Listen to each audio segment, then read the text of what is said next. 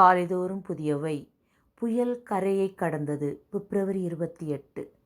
அவர் எழுந்து காற்றை அதட்டி கடலை பார்த்து, இறையாதே, அமைதலாயிரு என்றார். அப்பொழுது காற்று நின்று போய் மிகுந்த அமைதல் உண்டாயிற்று.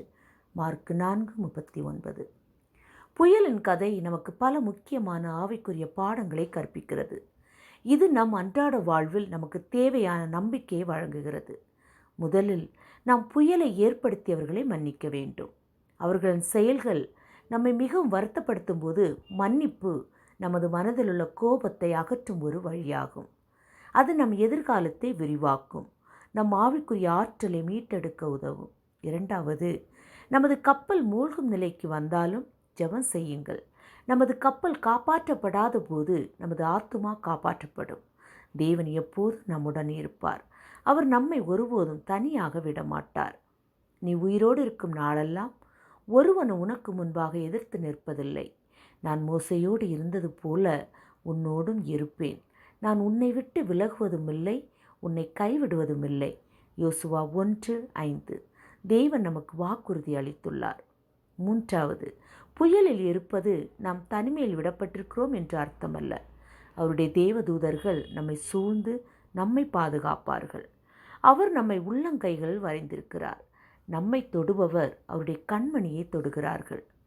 நான்காவதாக, தேவன் எப்போதும் அற்புதங்களை செய்வதில்லை. சில சமயங்களில் அப்போஸ்தலர் 27 உள்ளதைப் போல, பவுலைப் போல நாம் கரைக்கு நீந்த வேண்டியிருக்கலாம். ஆனால் அவர் எப்போது நம்மை காப்பாற்றுவார். ஐந்தாவது, புயலின் போது ஆவிக்குரிய உணவுக்கான நம் பசியை இழக்காதிருக்க வேண்டும். ஜெபத்தில் உறுதியாக இருக்க வேண்டும். தேவனுடன் நெருக்கமாக இருக்க வேண்டும்.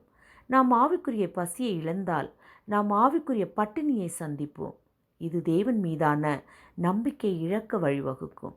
ஆறாவது, புயலை எதிர்கொள்ளும் போது இழந்ததை பற்றி கவலைப்படுவதற்கு பதிலாக எஞ்சியதை பற்றி கொள்ள வேண்டும். இழந்த விஷயங்களுக்காக துக்கப்படுவதற்கு பதிலாக வேதாகமத்தில் உள்ள நம்பிக்கைகளையும் வாக்குறுதிகளையும் பற்றி கொள்ள வேண்டும். தேவன் கடலை இரண்டாக பிரிக்கவில்லை என்றால், அவர் புயலை அடக்கவில்லை என்றால், அவர் பவுலுக்கு கரைக்கு நீந்த கொடுத்த அதே பலனை நமக்கு தருவார். கடல் அமைதியானதைப் போல நமது வாழ்க்கையின் அனைத்து பிரச்சனைகளும் அமைதியாய் மாறும். தேவனின் வாக்குறுதிகளை நம்புவோம்.